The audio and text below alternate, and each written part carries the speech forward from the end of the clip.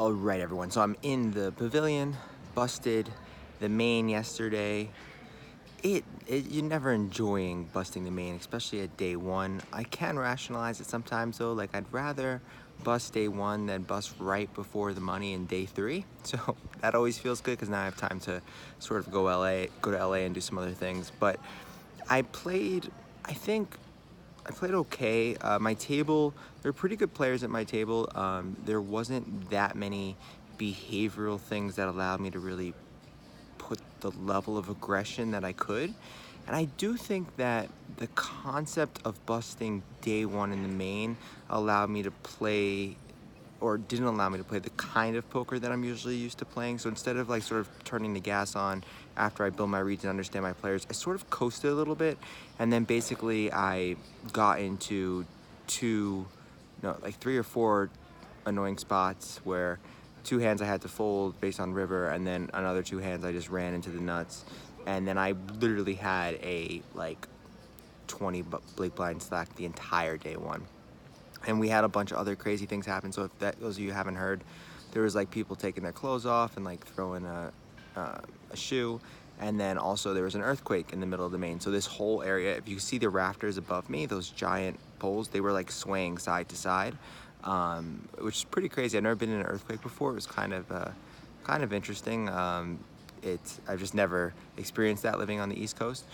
But as far as what else happened, we had one player at our table who like literally sat down, went all first hand. He didn't understand like how to raise. He didn't know how to raise, so he asked the guy next to him like, "Can I raise now?" And I thought he was kidding, but he wasn't. He just was some wealthy guy that was really enjoyable, really nice, really fun, but didn't just wanted to jump in and play poker. And that's the cool thing about the main event, like the characters, the kind of people. It's pros, but it's also recreational players that are new to the game. Like, it's just a fascinating group of people. And, I think for me, the goal is to play it every single year, no matter what. Not necessarily to win it every single year, but just to play it. And I'm happy I did that this year. I wish I could have played a little bit more this summer, but I still, tournament poker, it's fun when it's going well. I think that's the honest reality that people don't talk about. Like, it's fun when things are going your way and you're building a stack and you get closer and closer. When things don't go well, you're sort of handcuffed. And it's interesting in the sense that, like, in a cash game, I just would have rebought and just kept playing my normal game. But in tournaments, it's a little bit different. But it was cool. I had at the table, I had a lot of players that I really enjoyed playing with. Particularly this guy to my left, Justin, was really cool dude. It always is nice when there's that social aspect in the game where you can actually talk to people and sort of have a back and forth conversation. And then I also had some really good, had some students come up. So 4 students just like saw me on the railed me, and then said hi. It was cool to sort of speak to them and see them in person.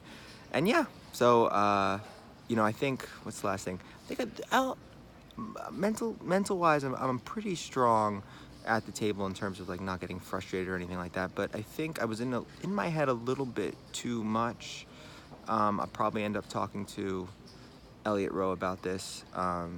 Obviously, I coach like a lot of mental game stuff, but if I am going to go to anybody, it's definitely going to be Elliot for poker and life stuff as well. So go address some stuff with him there. I need to work on my tournament mechanics for sure. Behavior is one thing, but sometimes like I'm tired, I'm fatigued, I can't pick up on behavior, so I don't know the defaulted things to do in a lot of spots, and that's definitely a big weakness that I'm going to work on.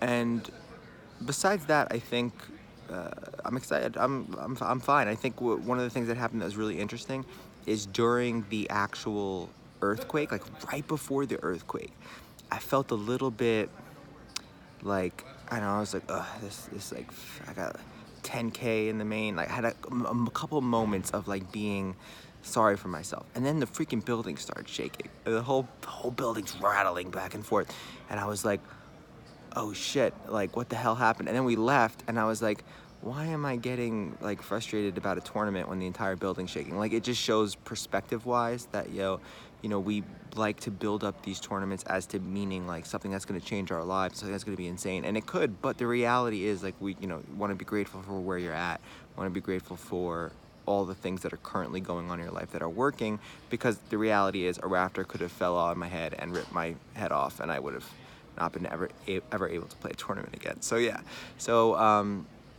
yeah, I'm going to LA. It's the end of my series. I'll be back here next year. I only played 2 WSOP events this year. I was a little bit too busy with a lot of the stuff that's coming to you guys. Thank you all that said hi, and next year we will do this again and again and again and again, and hopefully one day we will win it. All right, that's about it. More content for me later in the week. Any questions, please let me know.